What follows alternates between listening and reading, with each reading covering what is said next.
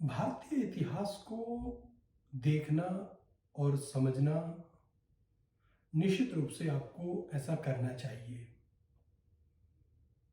भारत के इतिहास पे यदि आप गौर डालेंगे तो उसमें दिखेगा और जो सवाल पूछा गया है उसका जवाब भी इसी में आपको मिलेगा, जो एक बहुत अधिक ट्रेंड करता है खास समय पे। शिवरात्रि अभी आ रही है और सवाल ये ट्रेंड करेगा ही करेगा कि हिंदू दूध की बर्बादी क्यों करते हैं और क्या ये दूध गरीबों को नहीं दे देना चाहिए। तो इसके पीछे आपको एक विज्ञान दिखना चाहिए, लेकिन वो दिखता नहीं है क्योंकि भारत की जो शिक्षा नीति को जिस तरीके से तबाह किया गया एक साजिश के तहत, तो वो आज पूरी तरीके से पूर्ण हो रही है। कॉन्वेंट स्कूल अंग्रेजों ने, लॉर्ड मैकाले ने बनाए और भारतीय शिक्षा नीति को खत्म करने के लिए जो एक्ट लेकर आए थे, वो शिक्षा एक्ट, जो एक एक्ट लेके आए थे अंग्रेज, कि उसके तहत संस्कृत और गुरुकुलों को खत्म किया गया। और लॉर्ड मैकाले ने अपनी एक चिट्ठी में ऐसा जिक्र भी किया था कि हम ऐसे स्कूल बनाएंगे कि जहां से पढ़ने के बाद बच्चे भारतीय संस्कृति को गाली देंगे। तो अब वो कुछ हो भी रहा है। तो उसके पीछे विज्ञान जो हम बात कर रहे हैं, ये करते हैं कि यदि आप देखेंगे कि भारतीय इतिहास जब आप देखेंगे तो भारत सोने की चिड़िया रहा है और भारत में किसी भी तरीके की कोई कमी नहीं थी। खासकर गोल्ड और सिल्वर में भारत बहुत अच्छा बिजनेस करता था। हमारे घरों में पैसे, टुकड़े और ये मुद्रा हो नहीं हो, लेकिन गोल्ड कितना रहता था ना, इसके ऊपर हमारे घर की समृद्धियां तय रहती थी कि जिस घर में गोल्ड जितना अधिक है वो उतना ही समृद्ध है। तो भारत में कमी कुछ थी नहीं।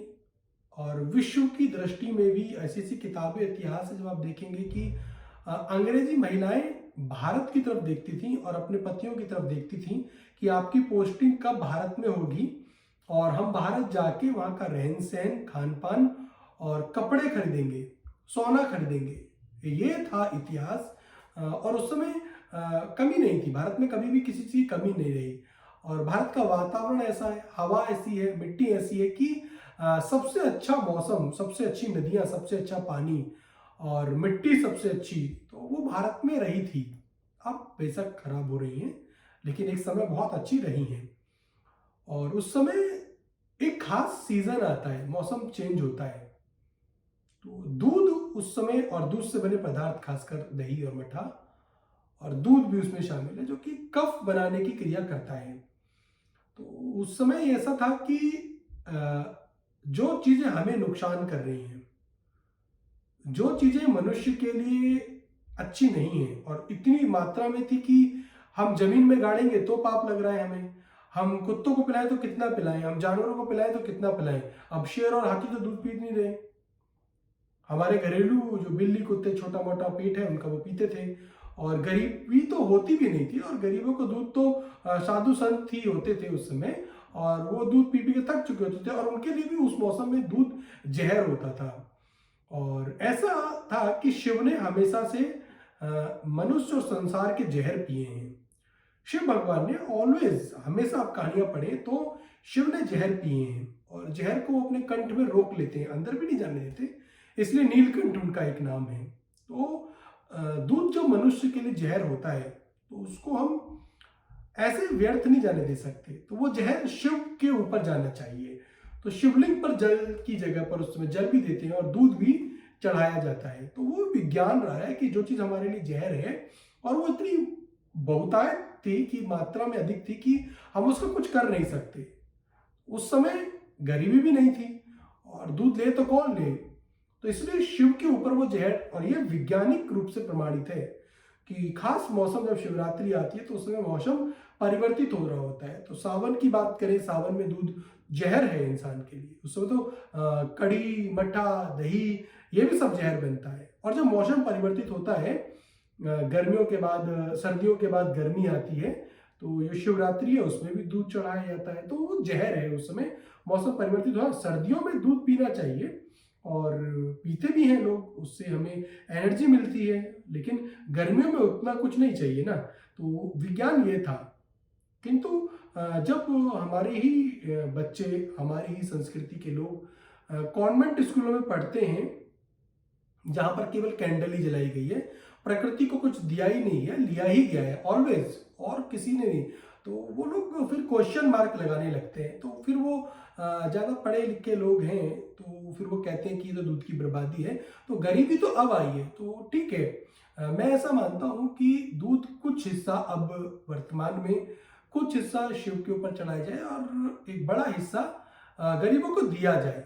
इसमें कोई दो राय नहीं है। धर्म में ऐसा है कि धर्म में जब हम जाएंगे तो समय के साथ अपने आप को अपडेट करना पड़ता है। यदि अपडेट नहीं कर रहे तो नुकसान है, लेकिन शिव के ऊपर नहीं चढ़ाएंगे ऐसा नहीं हो सकता है। जो जहर उन्होंने हजारों हजारों करोड़ों करोड़ों सालों से पिया है, तो अचानक उसको हम बंद भी नहीं कर सकते हैं। तो ये भी है, हम ऐसा नहीं है कि आप अगर माने तो माने, नहीं तो नहीं माने, किंतु हम तो उसमें देखते हैं कि जीवात्मा है, प्राण है। आपके लिए मात्र वो पत्थर है, आपके लिए मात्र वो एक वस्तु है, लेकिन हमारे लिए तो प्राण है उनमें। और जो हजारों सालों से उनके उन्होंने झेला है, तो अचानक उसको बंद भी नहीं किया सकता। उन्होंने जहर पिया है और हजारों सालों करोड़ों सालों से पिया है, तो उसको पिलाना भी चाहिए। उसका एक हिस्सा कैसे भी देखा जाए तो गरीबों में भी देना चाहिए। लेकिन उस समय जब चलता हुआ आ रहा है विज्ञान है, तो उस समय गरीबी नहीं थी। भारत सोने की चिड़िया था, सोने की बहुतायत थी। और एक बात और इसमें मैं कहूँगा कि यदि सोना नहीं होता ना, आपको लगता होगा कि ये एकमात्र कल्पना है, ऐसा नहीं होगा। तो कल्पना है ना, तो आप ये खुद सोचिए कि यदि हमारे पास गोल्ड नहीं होता और हम सोने की चिड़िया नहीं होती, तो इतनी इतनी दूर से, अफगान से और यहाँ से लुटेरे क्यों आते? अपना टाइम बर्बाद, क्योंकि ऐसा तो नहीं था उनको पता नहीं है कि भारत कहाँ है। हिंदू पता था, हिंद कहाँ है, हिंदू कहाँ है। तो हिंदू एक नाम नहीं, हिंदू एक प्रदेश है, और उस अर्थ में मैंने बोला। तो उसको समझना चाहिए कि भारत में सोना था, और सोना और चांदी बहुत अधिक मात्रा में था, उसको लूटने आते हैं। आज भी अगर हम देखें कि कोई चोर है और उसको मंदिर को लूटना है, उसको पता है कि इस मंदिर में पैसा है, तभी तो वो चोरी करने का रिस्क लेगा, अन्यथा वो ऐसे ही तो नहीं जाएगा ना। वो मात्र उठेगा और किसी भी मंदिर में चला जाएगा, ऐसा नहीं होगा, और वो पूरी तैयारी के साथ जाएगा ना।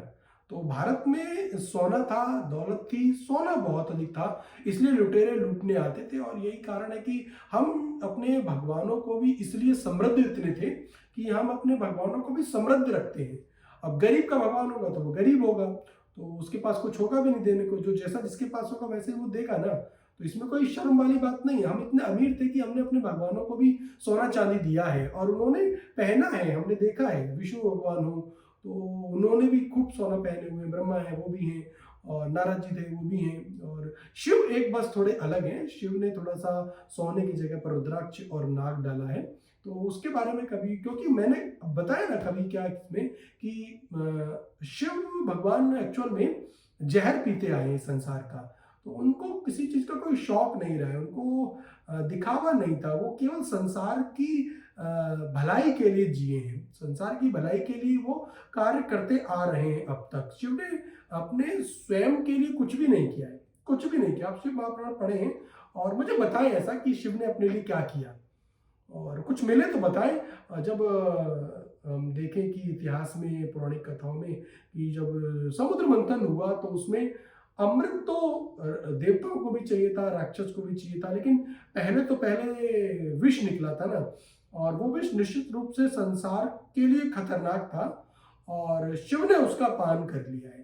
तो शिव एक ऐसे देव रहे जिनके बारे में शायद हमको और समझना चाहिए, लेकिन हम उसको कम समझ पाए, और मात्र हम विवाह तक ही सीमित रह गए कि शादी नहीं हो रही तो 16 विवाह करो और शादी हो जाएगी। तो शिव को समझ नहीं पाए, अभी भी नहीं समझ पाए हैं। शिव को समझना है, और उन्होंने जहर पिया है, और दूध का जो विज्ञान है, जो कहते हैं, उनके लिए वीडियो शेयर कीजिए।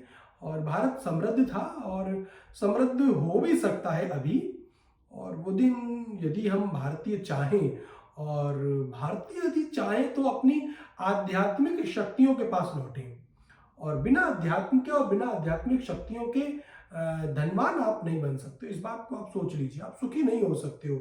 और जो धन की मैं बात कर रहा हूँ ना, और वो धन बिना आध्यात्मिक धन के नहीं आ पाएगा।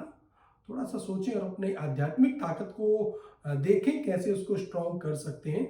और शिवलिंग के पीछे जो विज्ञान है कि शिवलिंग के ऊपर दूध क्यों चढ़ाते हैं, वो मैंने आपको बताया कि एक खास मौसम में जब शिवरात्रि आती है तो उस समय मौसम परिवर्तित हो रहा होता है, और वैज्ञानिक रूप से प्रमाणित है कि दूध उस समय जहर होता है और मनुष्य को नहीं पीना चाहिए, वो कफ करेगा, बीमार करेगा।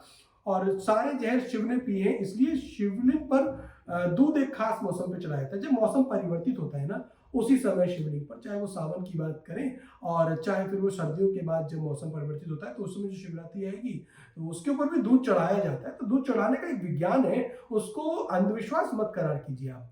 आपको गरीबों को दूध देना है तो आप दीजिए ना, आपको किसने रोका है। और जो दूध, हाँ, आप लोग भी देना, आप लोग भी दे सकते हैं, थोड़ा शिव पे चढ़ाइए और उसमें से थोड़ा बचा के गरीबों को दीजिए। लेकिन हम अब उसको रोक नहीं सकते कि शिव ने हजारों करोड़ों सालों से जो विष पिया है उसको अचानक रोक दें, तो वो भी सही नहीं होगा, तो वो भी गलत बोला जाएगा। तो आप देखें और वीडियो शेयर करें, जुड़े रहें। मैं गुरुदेव आपके साथ लगातार बना हुआ हूँ, ऐसी जानकारी लगातार लेके आता रहूँगा। आपको ये वीडियो कैसा लगा, ये कार्यक्रम कैसा लगा, आप बताएं मुझे। और मेरे से यदि कोई सवाल पूछना हो शिव जी के बारे में और 10 साधनाओं के बारे में और माँ काली के बारे में, और तो पूछें, आगे भी वीडियो लेकर आते रहेंगे। ओम नमः शिवाय, जय माँ काली।